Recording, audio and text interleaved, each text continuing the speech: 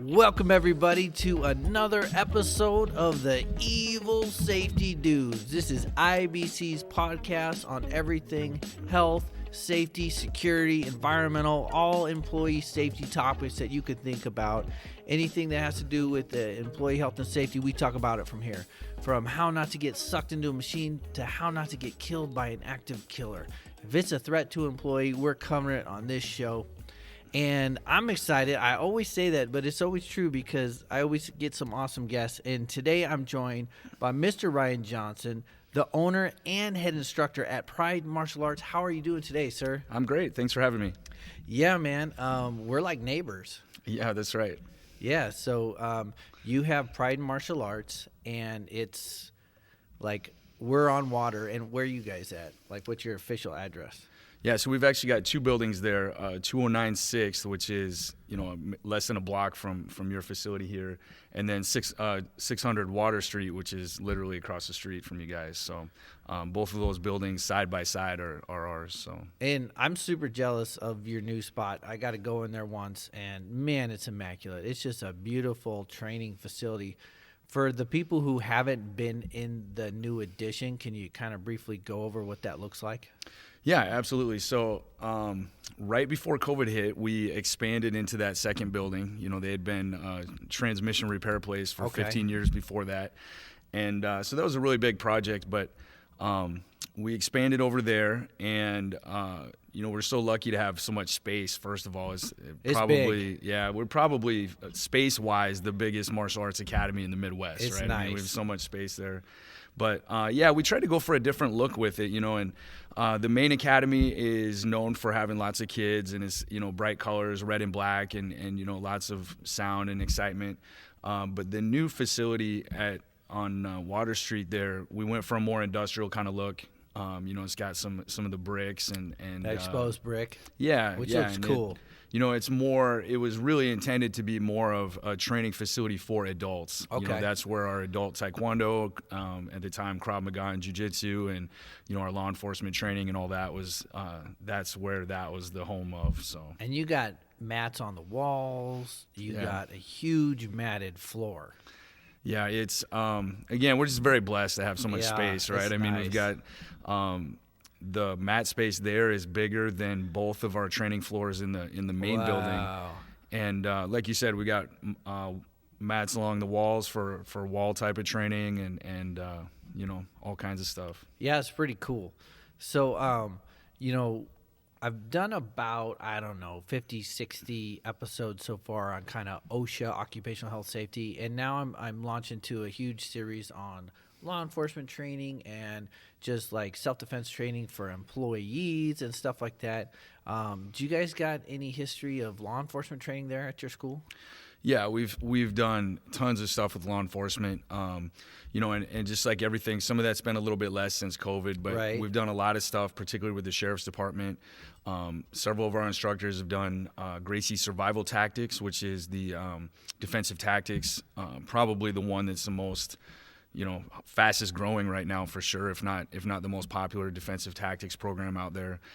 We've got, level 1 and 2 certified in that. And yeah, we've done tons of stuff with Hold on, let's back up. That sounds really cool. So the Gracie family made up their own defensive tactic system? Yeah, that's correct. So, that's really cool. One thing that the Gracies are known for is, you said made up, and that is true. They designed it themselves, but everything they do is so scientific. Okay. Right. And they analyze video of, now in today's world is so different. When we were kids, there were so many karate moves that you couldn't do because they were, quote, too dangerous. Okay. Right. And so much of martial arts was people imagining what would happen in a fight and then imagining what they would do. This is what I'm going to do. Yeah. And I'm so fast and I'm superhuman and here's what I would do. Right. And then you teach that to other people and of course nobody can replicate it. But, in today's world, we have videos, right? We see what happens to police officers out in the street with their body cams and then other people's cell phone videos, and we see the kind of attacks they deal with and the kind of defensive tactics, strategies that they need to be training, and so they really homed in on that and developed a program specifically for the most common situations. That's really cool. And what I can imagine, because I haven't seen the curriculum, but being Gracie and being probably really heavily Brazilian Jiu-Jitsu influence, there's not going to be a lot of how should I say this? It's going to probably be safer for the person that they're trying to subdue and control because they're not using like strikes and hitting. It's I imagine it's got a lot of more control positions. Yeah, and what we find is this not only safer for the person being controlled, but it's safer for the officer, right? Okay. To give them more tools to use. When we did our first Gracie survival tactics, this was in Omaha, and Henner Gracie, so he's one of the head guys there that is most people have seen on YouTube and stuff. There was 65 defensive tactics instructors from around the country. Well, that's pretty awesome. Yeah, and these are the actual instructors, right? And there was guys from the FBI, ATF, Bureau of Indian Affairs. There was guys from various drug task force in California. Like, it was a really big deal. And he went tough around guys. the room. Yeah, these are some really tough dudes, right? And very serious people. And he went around the room and he just said, okay, how many hours a year is your department mandated to train? Right, exactly. And there was only 3 answers. The 3 answers were 8 hours, 4 hours, and 0 hours. It's terrible. Yeah, and 4 and 0 was the most common. It's terrible. Yeah, and when we think about, trying to subdue somebody who, with only 4 hours, let's say a year It's terrible. of defensive tactics, yeah, and you and I, if we're in the martial arts world, we train that much in a week. Right. And one class. And of course, when of course, and when you're an officer, and then you think about, okay, if they only have 4 hours, what do you likely spend your time on? Well, certainly, very naturally, you would spend your time on the worst case scenarios, right? Which is the most high intensity, that kind of thing. But what we find is that's not really the most common scenario. It's just the most serious, right? Yeah, that makes sense. Yeah, and when I think about, I'm acquainted with a person who's autistic, a teenager. Okay. And I think about when we see all these YouTube videos and stuff, and I think about the officers. If there was ever a situation where they had to roll up and control this guy, he's kind of a big kid, right? And I would just really hope that it's somebody that has the training and the knowledge and maybe the composure to be able to do some more subduing type of restraint rather than taser or who knows what. Yeah, definitely. People don't often realize how tough it is to do law enforcement, private security, even work as a medical professional on a psych ward. Because what the public wants and what we all want is we want these professionals whose job it is to stop this bad guy from hurting themselves or others. Or, bad guy, say loosely, could just be a disturbed individual. Yep. But we want them to subdue them without causing them harm. And that, people, I don't know if they get that. That's a high level of martial art. Throat strike, groin kick, eye gouge. Those are easy buttons, knockout to the jaw. But to subdue someone, sometimes bigger and stronger than you, without hurting them, 4 hours a year ain't going to cut that. Yeah. I mean, and you're so right, and it even changes based on the size of the person, right? Like you said, if they're bigger and stronger, it may not be safe for an officer to go hands-on or try to subdue them, even if without knowing what their mindset is or their mental state. Right. But then you have somebody who's, let's say, smaller than the officer. That's a different set of tools, or even a child, right? Let's say this 15-year-old. Right. That's a different set of tools, and with 4 hours, there just isn't time to cover that kind of scenarios. That makes sense because there's you need the right tool for the specifics that you're dealing with in that moment, and that's a lot of tools you need. And if you're not trained enough, it's hard to do that. So having a facility like yours where they could go on their own time, and that's unfortunate, but it kind of is what it is, to go on their own time and get that extra training in. That's really special, able to provide them. I can't remember. It was a while ago. You had some posts on Facebook about law enforcement. I don't know if it was a program you were doing, discounts or something. Man, I can't remember. Do you got any assistance for those guys or? Yeah, you were doing free training, I think. We were training law enforcement for free, and that the program we haven't brought it back yet. COVID really derailed a lot of our hand-to-hand, that kind of stuff. It's hard to social distance in defensive tactics training. 100%. Yeah. It's that's been a challenge, but we definitely want to get back to that. But we're always happy to do anything with law enforcement, but anywhere that they go and anything they do extra is fantastic in my book. It is hard to get officers to do that outside of work hours. Right, definitely. Right? I mean, it's not everybody's hobby. People like us are we're kind of different. Yeah, cats, we're martial art nerds for sure. Yeah, exactly. And that's not everybody, right? A lot of officers want to go play pool instead of doing martial arts. Right. And the flip side of that is there isn't always the money for the overtime to train as much as you and I probably think that they should, or would like to see them offered, And so that's a challenge. And you're right. A lot of it, if it is going to happen, it just ends up being on their own time to do it. We've had a lot of law enforcement trainer guests on the show, and they've echoed the same things. They're like, all right, so the public wants us to be better, but the answer to that is more training, but then they also want to defund us. And it's like it's never going to work. You're not going to take money from people who need it for training and then expect them to magically somehow be better at their job. Yeah, it doesn't make sense. Yeah, you're absolutely right. And even if we imagine just taking whatever the budget is now and increasing it by a certain amount, then you have the balance too of, do we spend more time in training everybody an extra 3 hours a year, or do we hire another officer? And the cost analysis there, it's just a challenge, and the tough. Training, it's a little bit like, having to wear your seatbelt. You don't need it until you need it. Yeah. And it didn't seem like a big deal until it happened, and then you can't go back in time and fix it, and training is always one of those things. It's just easy to do it later. It's easy to do it some other time. It's easy to we'll get to it, we'll find it in the budget, and just that's human nature. It's easy to put it off. So since we're talking about Gracie's, let me just martial art nerd out on you for a moment. So whom from the Gracie family have you met? Pretty much most of the people that anybody would recognize. We've trained directly with almost all of them. That's so cool. Yeah. When we started, there's a fair bit of jiu-jitsu in the area now, and especially, in Sioux City here and at your place and Omaha and Sioux Falls. When we started, though, there was literally nobody for hundreds of miles, or nobody that we could find, so when we started training in the Gracie system, we flew out to California and we got to train directly with Horian. That's cool. And Henner and not Hoyce, I'm sorry, Huron. Halleck was there at the time.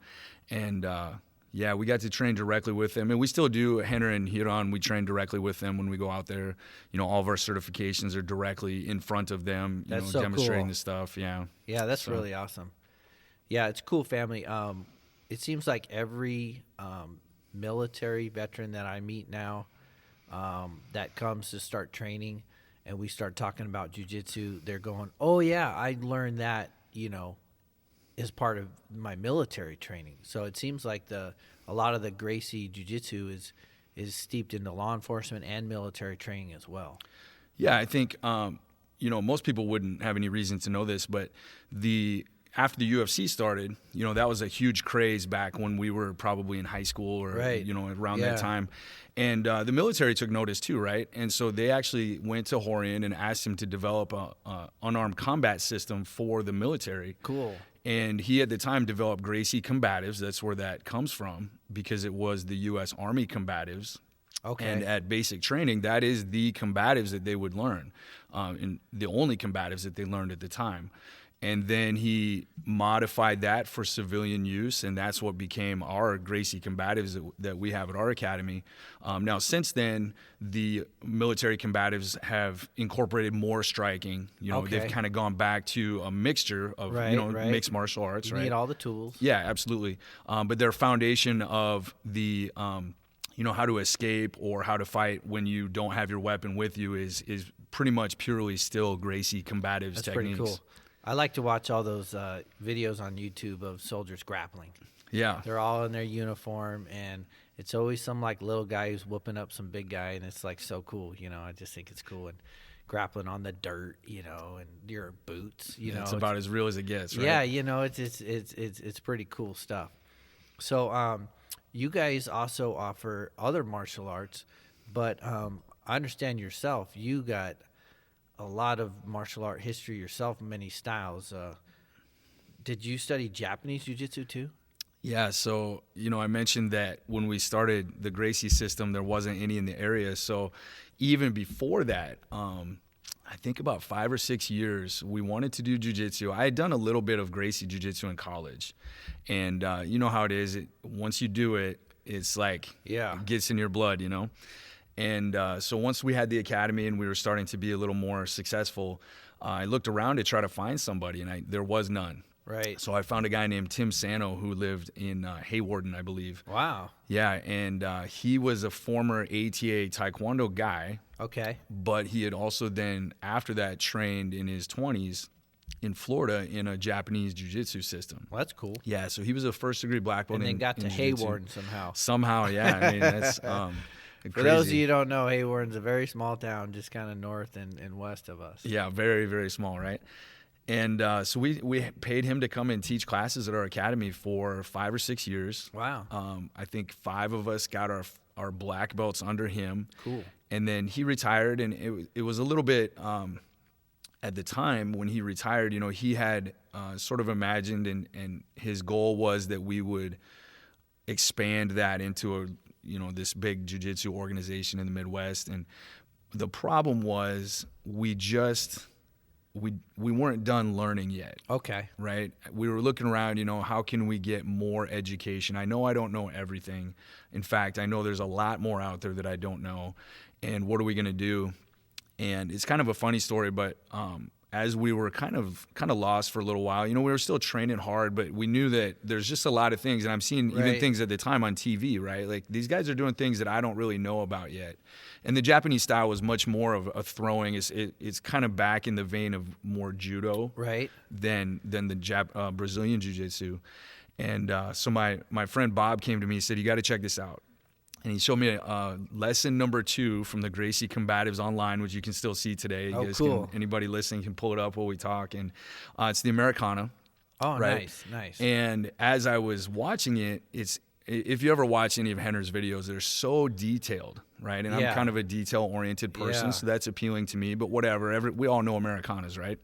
And we got there, and at one point there was a detail where it was like a big light bulb went off, and I said, did you know that move from Japanese Jiu-Jitsu? Yes, okay. I thought I did. Okay. I thought I did, right? And I said, but it never worked very well. Oh, I got you. People were always getting out. You try to Americana somebody, and if you're not a Jiu-Jitsu nerd, we're probably losing people. But, what happens, you go for this submission, and then they push you off because you don't have enough stability. And there was one detail. I said, that's it. That's it. That's the reason it's not working is my instructor never told me that, or I never learned it anyway. Maybe he said it, who knows. But that's the detail that we're missing, and that's what I want.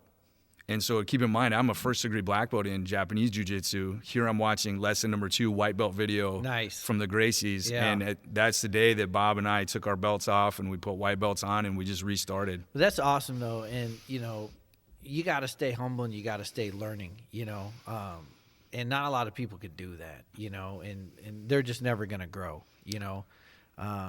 I have a black belt in Krav, but you know what? I take that off and I put my white belt on, and I'm learning judo right now. Yeah. And is it embarrassing when somebody walks by and they see me in a white belt? Yeah. It hurts my pride a little bit, but I don't care because I want to get better, and I am a white belt at judo. Yeah, I mean that black belt's still in your bag, right? I mean, it's not like you threw it away. So that's cool that you did that.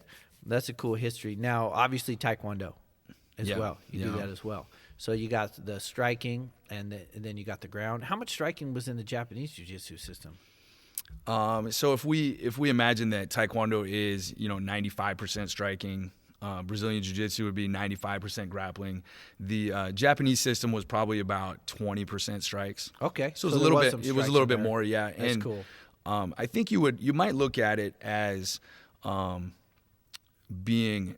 I guess I don't know that I would say more well-rounded, but kind of differently rounded, right? It's more stand-up clinching, more throwing. So a lot of the judo throws, that you're probably training right now, we did very similar. Which is hard to start doing at 41, by the way. Oh my gosh, right? Well, in those days, we could tell some war stories, but that was back in the hardcore training days, right? Like our first day, we're gonna do, here's a hip throw. Yeah. Now do it 50 times, and whichever group does it the fastest doesn't have to do 50 push-ups at the end. I mean, it was difficult to walk the next morning, right? Yeah. For a young person too. Yeah. When you're young and you're sore, you did something. That's right. Because like now I get sore just walking across a Walmart parking lot. Yeah, that's true. So that's cool, man. That's a lot of styles, a lot of background. And then you also have a Krav background as well. Yeah. We, Krav, the transition into learning Krav was super easy. One thing with adult Taekwondo that we've always thought is some of the traditional aspects are really fun, and a lot of people appreciate the traditional aspects, but there are some things in there that are kind of superfluous that you don't need. Some of the jump kicks for adults, they're cool though. Yeah, they're very artistic, and people that want that, acrobatic. Yeah, exactly. But again, maybe in your 40s, you don't want to be acrobatic so much anymore. No. And so if you could kind of pare that down, kind of the Bruce Lee idea, right? Let's keep what works and discard what doesn't. And that when we discovered Krav, that's what Krav is. Krav doesn't have any moves that Taekwondo doesn't have. It's just that Taekwondo has 4 billion other moves also. Right. And so when we narrow that down to the punches and the kicks and the elbow strikes, it was very, very familiar for us, and that made a nice transition. And ultimately, even though we had when we opened that new facility, we had a full-fledged Krav program, but that's also really kind of changed our adult Taekwondo program as well to incorporate a lot more of those concepts of Krav. Cool. Yeah, so it's almost a little bit like Krav in a uniform. Right. Again, and there's still a lot of Taekwondo aspects to it too, tournaments and all that, but I think it made our adult Taekwondo classes a lot better. Definitely, I could see that. Now, I saw you in a picture one time with Greg. Trying to say his last name, DZ Desmanowski or something like that. Yep. How'd you know him? Okay, so he's like super Krav dude. Yeah, he's actually coming on our show next Tuesday. Is he really? Yeah. Yeah. So he's trained directly in Israel, right? That's so cool. With some of those guys that really invented the first and second generation, I guess. And I'd be curious to hear his answers, but I think like second generation mainly from the founders. Over there. Yeah. And he's the real deal. So my friend Matt in Des Moines trains directly with him, with Greg, and that's how we got connected first. And he came out and he did I think a 2 full day training with us, again right before COVID. Right. And so we haven't had a chance to utilize that as much as we want, but yeah, he trained. I think we had 14 of our staff members go through it. So. That's awesome. Yeah, I think he's on the East Coast now because I had to figure out. New Jersey, I think. Yeah, I had to, when I send him the Zoom invite, it's like Eastern time, and I had to work that out. Well, that's really awesome. So it's cool that you're connected and know all these Gracies and some of the Krav royalties, and that's pretty cool. Now, I want to switch gears, just talking about employee personal safety for a minute. So let's just say I work a job where I feel I have an increased possibility of being violently attacked at work. If I'm at a gas station, or if I'm the guy who's going around to houses in the backyards and reading meters, or if I'm at the utility company and I'm like, no, I have to shut off your gas because you didn't pay, and I'm worried about people coming over the desk. I'm just in this job where I feel I might get assaulted. What would you recommend, or what would you have at your school to help someone in that situation? Yeah, so any martial arts that you do, that you train, come and train in our adult martial arts class, or, jiu-jitsu, or, find your Krav class, for instance. Any martial arts training that you do is going to be valuable, but kind of the boring answer is the best 2 things, in my opinion, that civilians, non-karate nerds like us, can do for their own self-defense if they don't want to spend the years training, or the months at least training in something, is the mindset and the awareness. Okay, definitely. Right? Situational awareness. Yeah, think through the scenarios. Just kind of imagine what could happen, and then plan at least the beginnings of a strategy, what you could do. For At least think about, where you can run if you have to. And then that kind of leads into the other one is fitness. Yes. I mean, in the real world, everybody we see on TV is like Olympic level athletes. They're all so physically fit that we forget. You and I know when a new person comes into a jiu-jitsu class and they want to spar, they have roughly 20, 30, 40 seconds of energy, and then they're done. And when you say done, we're talking like throwing up level tired, right? And they always say, "I thought I was in shape." Yeah, exactly. and so that kind of fitness, in any real life altercation, if you can survive about 30 seconds, your odds of survival increase dramatically. If we wanted to make up numbers, we could say 75% or 90%. I don't know, but your odds increase dramatically after about 90 seconds because most people and attackers also are generally not trained fighters. Definitely. They're not conditioned to be able to have a 5-minute MMA round. No. Right? So you survive 30 seconds and then your chances go up. And that's where a lot of times we like to think that there's not a place for grappling in most people's fighting. You want to punch and kick, get out of there, knock them out like you see on TV. Yeah. Where the grappling comes in, man, if you can just hold on to somebody for 30 seconds so you can't hit me in the face, now you're getting tired and I'm not. The whole world looks different in that situation. So I did that for 2 rounds in my last MMA fight. Right, exactly. And that's against a trained fighter, I would presume, right? I mean, that's, and you're right, though. We even see that in the ring. Right? How many times do people win just because their opponent's exhausted? Yeah. And the good news in real life is that only takes 30 seconds. Right. Yeah. And going back to Krav, Emmy Linchenfield, the founder, he was super into fitness. Yeah. It was a big deal. A lot of people I've heard of diss Krav, like, oh, it's just fitness. The founder designed fitness into the program. Like you're going to work out and then we're going to train, but you're going to be fit if you train with us. And because he knew that, because they were protecting their community from violence attacks, because of the whole World War II situation that was going on. And they knew the real street fighting side of it, and they knew you had to be fit. And so that's a big part of it. So, yeah, I like that you said that. And, just so, like, what I'm kind of hearing is, like, even self-defense survival, get on the treadmill, get on the stair stepper, hit the weights. Yeah, I mean, I think honestly, that's where a lot of traditional martial artists kind of get a bad reputation, maybe, or a bad rap, is because even traditional martial artists don't take that seriously enough. I've seen a lot of very, very, very large black belts. Yeah, when you're and you're looking at the guy going, really? I'm 17th degree black belt, but you weigh 325 pounds. I mean, come on, I'm going to run in circles around you for 30 seconds, right? I mean, it's, and it kind of goes back to, and martial arts probably falls prey to this. When we were kids, we always imagined that size didn't matter. If I knew the perfect, Dragon Ball Z punch, and then Bruce I could Lee take somebody was out. 135 pounds and 5'7", right? Exactly. Yeah. And we forget that nobody was also more physically fit than Bruce Lee, right? I mean, that's the thing, is we imagine that if you had the right 2 or 3 moves, you could take somebody out, and that is possible, right? But the reality is that fitness is probably the best and really the simplest thing that we can all do to stay safe in those situations. Yeah, and it's just good for us overall, mental health. When I'm working out like I should, I feel a lot better mentally as well. And I'm clear, the whole mind-body connection. So I think physical fitness is a big key. All right, cool, man. So switching gears again, Pride Martial Arts. So going back to you personally, what was the first martial art you learned? So I started in Taekwondo when I was 8 years old. Okay, cool. The book fair that your kids have at when you go to conferences, right. They got those stands set up, and you got to buy those expensive books. When I was 8, I bought a karate book. Okay. And bugged my mom incessantly, like, I want to do karate, and I'm from a little town outside of Marshall, Minnesota, so Balloton, Minnesota. All right. And there was nothing around in the area, so.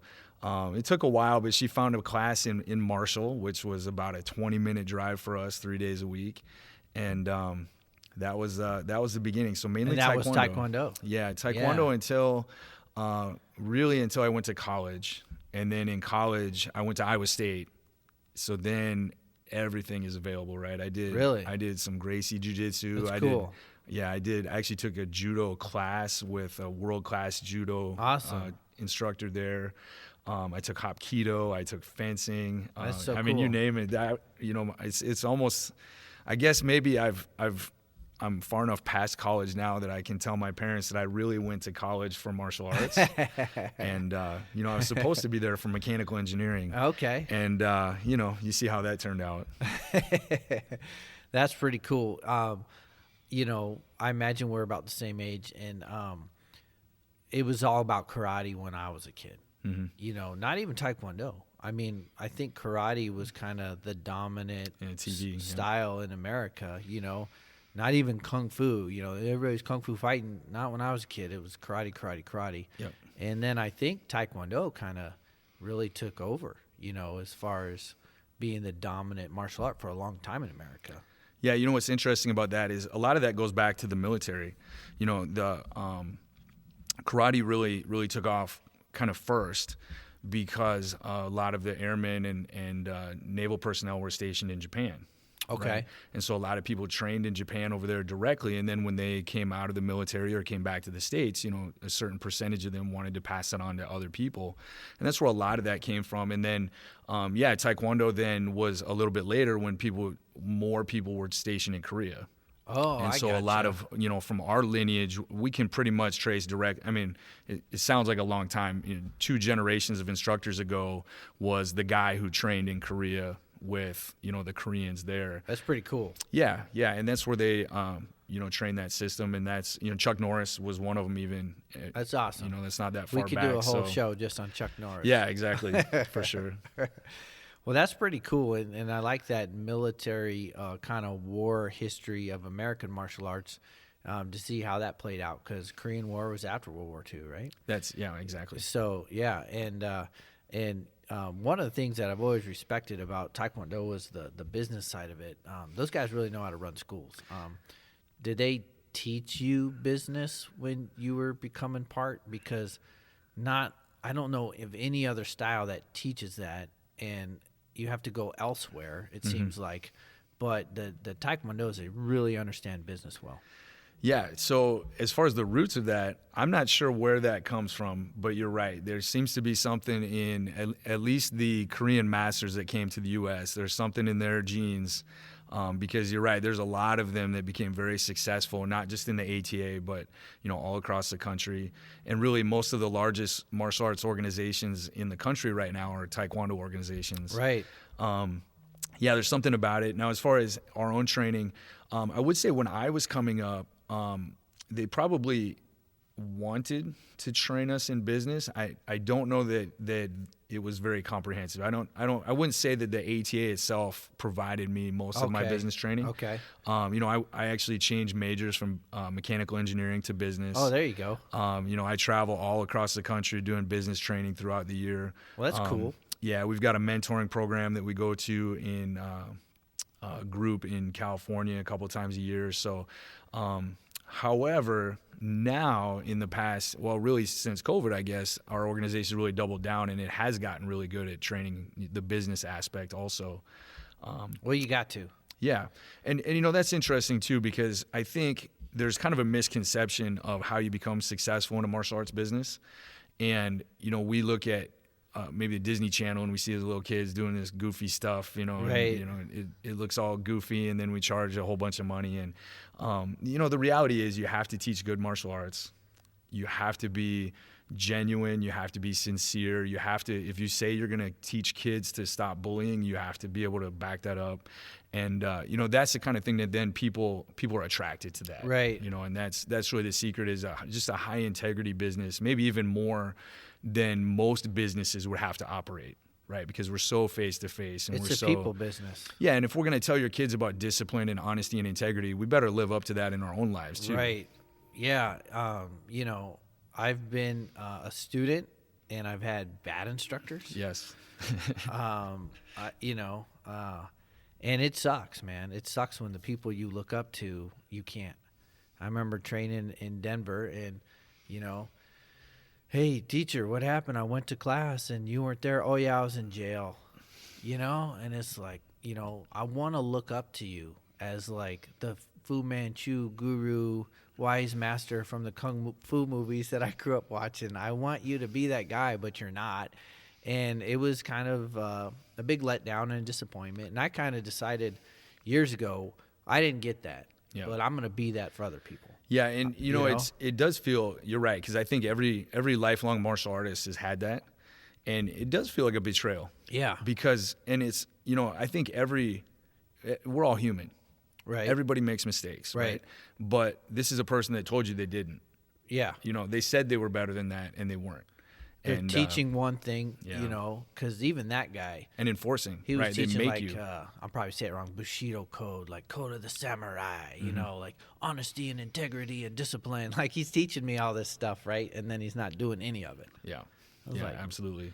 So it's cool that you guys are that for kids, and I try to be that for my students because I didn't have it. And maybe it's asking too much of martial art instructors, but I wanted him to be an expert martial artist, obviously. That's why I was there in the first place, to teach me actually how to, do hand-to-hand combat and all that. But I also wanted him to be a great person. Mm-hmm. And maybe that's asking too much, but, people need that. They need both. Well, and I think it's asking a lot, for sure. Right. But it's something, if we're going to claim to teach it, you have to. I mean, if I want to go to somebody, let's go back to business. If I want to go back to somebody to get business advice, I expect them to be good at business. Yeah. If they're going to tell me how to run my business, they better not go bankrupt tomorrow. And ask you to borrow money. Exactly. That would feel the same way, right? And it's of course it's different because in martial arts you do have that relationship, right? You develop that student instructor relationship, and it can be very powerful. There's a lot of loyalty there, and you feel like you owe them something more than just the training that has happened in the past. And that's it's a big responsibility, and we should all try to live up to it a little bit for sure, best we can. And what's sad is that loyalty you were talking about, it's there even when they're not good. Mm-hmm. And I just seen tragic situations where people stay loyal to an instructor who's not living many good standards, and then you see the students' lives reflecting that, and they're going down bad paths. They're never growing, and it's just this bad, vicious cycle. And it upsets me. Some of them can be like cult-like almost, right? Yeah. How could you follow this guy? It's so obviously a bad person. Yeah. And they just, they've bought into it so much. Yeah, it's terrible. But that's cool that you guys you have that, teach it, live it, be an example, because that's a big deal. And that student-coach relationship is a big deal. I've had coaches that they don't know students' names. They don't know where they work. They don't know anything about their life. And I'm in there just as a student training with them, and I know everything about them because I'm just asking them. Yeah. And you see that disconnect, and that doesn't help them stay there. Yeah, it's interesting you say that because if you don't mind getting into a little bit of our history of our business, we were, before COVID, probably the biggest academy in the area, right? We had about 325 members. Yeah, and that's, if you recall, that's the new expansion and new Krav program kicked off, and things were just rocking. That started December 1st of 2019. And then, of course, we all remember March 15th of 2020, we got shut down for 2 months. Man. And, we are a in-person, membership-based business. It's the worst kind of business to have when you get locked down and can't be in person, right? Right. And just like everybody else, we tried doing online this and that, and part of that was difficult because we had so many different programs and so many students, and we lost a lot of people during that time. And when we reopened, at the time we were so naive, right? Like, I wonder how long COVID's going to last. Oh, man, right? We're still asking that. Yeah, exactly. Still asking that. And that summer, so in June, my instructor, the place that I trained for my 5.5 years of college, he called me and he said, we were talking about how long COVID's going to last. And I said, at some point, I think some martial arts schools are going to look back in time and realize that they should have just pulled the plug earlier instead of trying to hang on and, hang on by a thread. Right. Because in a business, you can just burn money forever. People will keep giving you credit cards and keep giving you lines of credit. You can just keep going into debt deeper and deeper and deeper forever. Right. And he said, yeah. And about 2 weeks later, he called me. He said, what you said really impacted me, and I'm going to shut down my school. What? Yeah. And it was like I got kicked in the chest. Oh, man. I mean, like, holy cow, that's my home. Right. And so we looked at our business and we said, gosh, what if, here again, this almost sounds funny. This was summer of 2020. What if COVID lasts another whole year? Right? What if? Right. What if? And what are we going to do? Because, our memberships, our students were very loyal, but they're dropping off. People don't want to pay for online videos forever, and they don't want to keep paying for something they're not really able to use. Right. And so we stopped taking new members for 2 months. We just completely stopped, and we remodeled the entire academy, and we changed our entire curriculum. And this is where we were very blessed to have done that expansion, which at the time probably felt like a bad idea. Right. But we had so much space. Yeah. We changed our curriculum entirely, and now all of our beginner classes, we only have a maximum of 10 students per class. There you go. So it is, like you said, that connection. It's back to this small group training. Everything is small groups, very individualized training. We have less students now, but everybody's happier. So everything is rolling so much better. Small class sizes. That's proven to be the best form of learning. Well, and now too, I was talking to my friend from Minneapolis, and he's getting worried about Omicron, right? What if he's expecting the schools up there to go back to being virtual again if they haven't already? And I said, I feel like this is what we've been training for the last year, right? Yeah. The worst thing we would have to do is go back to wearing masks full time. Otherwise, business as usual, because we have so much space. We're gonna have 10 students. Everybody's more than 6 feet apart. Now, yeah. Yep. Yeah, and you guys invested a lot in COVID safety. I remember seeing online you guys even got those things to step in on your feet. Yeah. And I was like, man, that's cool. Yeah, and it's we got the foot sanitizer. We have hand sanitizer everywhere. And you're right, that was a huge investment at a time when that was difficult. It really placing a bet. I'm going to bet a whole bunch of money that we're still going to be here in a year. Paid off for you. Yeah. Yeah, it has. And we certainly weren't sure at the time. But, yeah, foot sanitizer when you go on the mats, hand sanitizer, everything's cleaned and sanitized between classes. And in retrospect, we're jiu-jitsu guys, and we rub our faces all over the mats and stuff. Right. In retrospect, man, we should have been doing that all along. Right. Yeah. There's some things that we do from COVID that we'll probably always continue to do. Yeah. Because it just makes sense. Yeah, the foot sanitizer, we'll never go back to not cleaning people's feet when they go on the mats. We've all been to those academies where you leave the mats, right, and your bottom of your feet are like black, and what is this stuff all over my feet? Yeah. So instructor says, "Hey, new guy, take your socks off," and then he's like, "No, I probably shouldn't." And they're like, "No, you're gonna slip. Take your socks off." Then you're looking at his feet, and you're like, "Man, I wish I would have told him to put his socks back on." Yeah, that's exactly right. Yeah. Yeah, I've always been into infection control. Registered nurse, worked in hospital 10 years, and I've always been very against germs, and so I've always, on the martial arts side, taught what I call dojo hygiene, because I had to make it sound cool. Yep. But I'm basically just teaching kids, Wash your hands. Yeah. Oh, we're gonna go over dojo hygiene. Okay, cool. What's this new lesson, sir? You need to shower before you come. You need to shower when you leave. You need to wear clean clothes. But I found myself doing a lot more of that during this time, because it's just more and more important. But why stop the speeches? Yeah, and we think about self-defense. We teach. Parents bring especially for us, a lot of kids. Parents bring their kids to us to teach them self-defense. Right. And really, when the parents what they really want is they want for their kids to be healthy, happy, and successful. Right. And we're a piece of that. Yeah. And so realistically, what's better for them, learning that, or practicing that same punch that they've done before, or making them go wash their hands, or making them run some laps and get some cardiovascular fitness. All those things are part of self-defense that we only see the punching and kicking, but living healthy, being healthy, making healthy choices. Those are all things that really will have the most long-term impact for kids, especially. I think what's really cool about the traditional Taekwondo, karate, in Judo, kind of all the traditional stuff, is that respect too. And I remember being a kid, I started off in Denver before we moved to Southern California. That's where I grew up. But I was in Mile High Karate.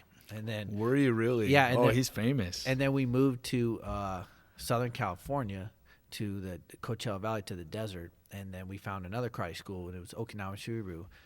Guy Holtzman instructor. He learned directly from Japan, from the Japanese instructors. That was cool.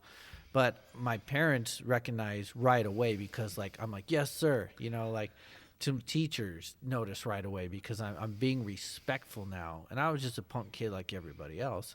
But now, because of this martial art training and this discipline and this learning respect, that was carrying over into my life. Mm-hmm. And I think that's lacking in today's society, is that respect and the courtesy. And so I think that's really cool for traditional martial arts. And I imagine you guys are doing that too. You're dressing teachers a certain way. And yeah. And let's even we've talked a lot about kids, but let's apply that to our adults, right? One of the things that we really live by, and I've patterned my life around, is we are the average of the 5 people we spend the most time with. Okay. Right. So you think about in our lives, who do we spend the most time with? Probably our spouse. Right. Probably our kids. They're a terrible influence on us, right? I mean, eating that Twinkies and everything. Ways. Yeah, exactly. Yeah. But as far as eating healthy, they're probably not our best examples. For sure. And then you probably have that friend that's fun to go out to the bar with. Right. They're probably not the best example of success in our life. Right.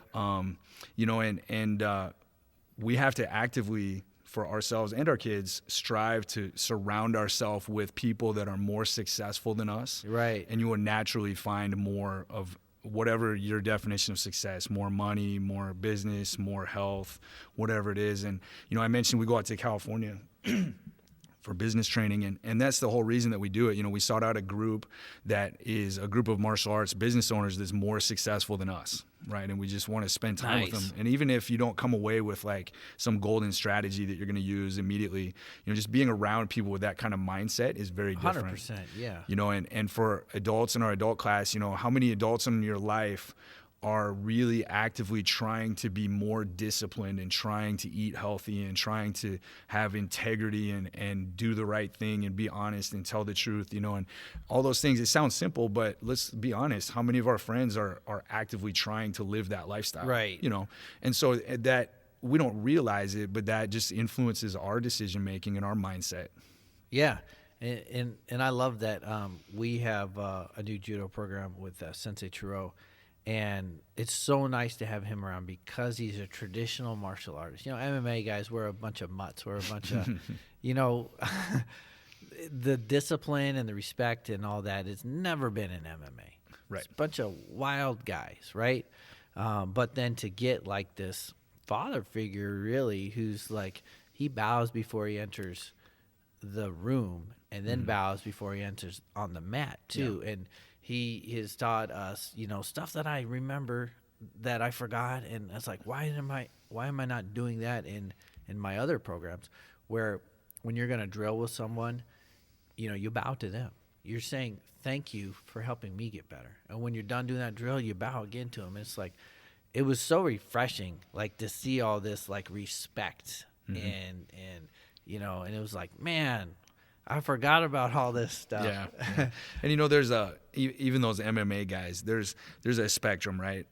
I don't think that MMA needs to be taught like traditional martial arts, but you can see when you have an MMA maybe a class that hasn't been exposed to that before, when you start to inject a little bit of that, it becomes better and it's attractive 100%. To people, right? People want to be disciplined and respectful, and maybe they don't want to as much, they don't want to wear uniforms and all that. They don't want to go that far, but everybody likes to have a respectful training partner, for instance, right? 100%. Yeah, that's cool.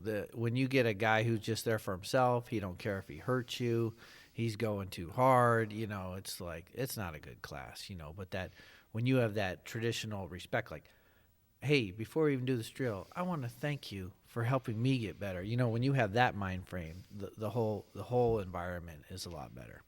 Well, and you think about when we're training, especially jiu-jitsu, because that's the art where you have the most immediate risk of injury. Okay.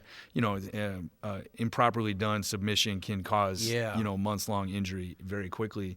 And, when you train with the people when you trust the people that you train with, for instance, if anybody watches MMA, we'll talk about heel hooks, right? That's the most most intimidating submission right now, probably. Yeah, it's pretty scary. Because it can, destroy people's knees. And, if you go to somebody else's academy, you're training with strangers, it's very uncomfortable. And as soon as they grab your heel in that kind of position, you just tap. Like, oh, yeah, dude, if you're smart. Yeah, exactly. if you want to keep your knees. Yeah, okay, dude, we're done. Whereas when you trust your partners, a lot of times what will happen at our academy is they'll grab the heel hook, and even at the white belt level, right? And then everybody, let's slow down a little bit. Now, tell you what, do the submission. Let me submit when I feel, the pressure. Yeah. But tell you what, now back off a little bit. Let me try the escape. Let me just see how that works. And then we both get an opportunity. But that's only possible when you're both respectful. And I know that you're not going to, go crazy and hurt my leg. 100%. And then, in jiu-jitsu, it's funny. Some people are almost like scared of leg locks. And I get it, because I wouldn't want, those crazy guys doing them to me either. But if you're scared, if you train in an academy where you're always concerned that somebody's going to hurt your knee, how many times are you going to work on the escapes? For sure, yeah. You won't. You won't want to, right? Whereas if you trust your partner, then we can both you get your submission and I get my escape, and we move on. And it doesn't have to be win or lose. We both learn something. Speaking of jiu-jitsu, what do you think for, private security, law enforcement out there? Would you encourage them to learn jiu-jitsu?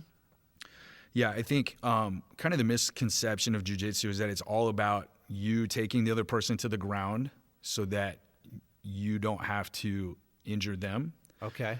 But like I said, it goes both ways, because even in law enforcement and security, if you can last about 30 seconds without serious injury, then the other person is starting to become exhausted and your chances of survival go way up. Right. We see from the GST, it's not always the best idea to introduce a gun or a taser into an altercation. When somebody's it's going to escalate. Yeah, and when they're in grabbing distance of you, or they're already tussling with you, it may not be safe to try to pull your gun at that instant. You got to get to a control position first, and that could be standing or on the ground. The reason jiu-jitsu goes to the ground is just easier. Right. It's very similar to in the MMA cage, pushing somebody up against the cage. 100%. Only better, because the earth is on your side when you're on the ground, right? Yeah. The gravity. And, so controlling them in a way that you're not getting injured is a huge advantage. And, I think, I'm sure that you've sensed this, but I think a lot of times things escalate due to fear and uncertainty. Oh, for sure. Right. If I look at you and normal people, normal civilians like us, we don't every day get confronted with somebody who's on a hair trigger ready to fly off the handle. Right. That is a scary thing. For sure. And it's in the moment, it's not easy to make wise decisions when you're confronted with that. Oh, 100%. Right. That panic kicks in. Yes. And if you've trained properly, I can look at most people and I will say, this guy, there's very little chance of him being able to hurt me. Right. If he tries to punch me, I know exactly what to do. I know how to control him. I'm confident that I've sparred guys bigger than him. Yep. I've sparred guys better than him. I've sparred wrestlers that were incredibly athletic. I'm okay. Yes. Right. And so it's easier to make those calm decisions, those more wise decisions, when you know that you can handle the situation. Whereas when it's a high stress situation and you look at this guy and you're nervous, what if he does this? Then you have to, you almost have to escalate at that point. You don't have a choice. Right. 100%. They call it panicked induced shootings. Yeah. This bigger, scarier guy charges the officer. The officer is not martially competent. He doesn't have that competent. Everything that you just described, they don't have. Yes. And so, and what we were talking about, training 4 hours or no hours a year in hand-to-hand. But guess what? They did practice shooting that year. Mm-hmm. So they do more training on the gun. They have less martial competence. That panic kicks in. They go for the gun. They shoot an unarmed suspect. And now we have a huge riot. Businesses destroyed. People died. And so, there's this, how do we fix this? How do we stop this unarmed shooting? Let's train. Let's give them that confidence. If I had a magic wand, every officer would be at that level that you just described, where, because I have that feeling, I'm giving that to my kids now, and that confidence and that to walk around without that fear, it not just helps out in that scary situation in the dark parking lot, but in life. When I'm looking at this person at work, when I'm somewhere else and they may be trying to intimidate me and pressure me into doing something, and they're used to just intimidating somebody, and I'm just looking at them like, no, I'm not doing that. Come at me as hard as you want. I'm not worried about anything you got. That helps them succeed in life too. 100%. Yeah. But going back to the law enforcement, I think that is just one of the greatest things that we could do for them is to give them that skill, not a false sense of confidence, but give them that real confidence, like you said, because they were in those situations and they got that training. Yeah, and I think you're right that I do think sometimes they can develop a false sense of confidence, right? Because they train for those worst case scenarios, and they're probably fairly confident in handling that. Right. You know, if somebody pulls out a weapon, the officers, generally speaking, are fairly well trained to handle that. Right. It's the things that are less than that where we wish maybe that they wouldn't go to that extreme, right? And, you know, sometimes we talk about, we have a lot of guys that, you know, taser trained, and I know you do that as well. If all you have is a hammer, everything looks like a nail. Right. Right. 100%. And, you know, or let's talk about Krav. You know, a lot of officers like to train Krav, which I agree with. I love Krav Maga. But if you only do punching and kicking, you know, you think about that 15-year-old autistic kid. Right.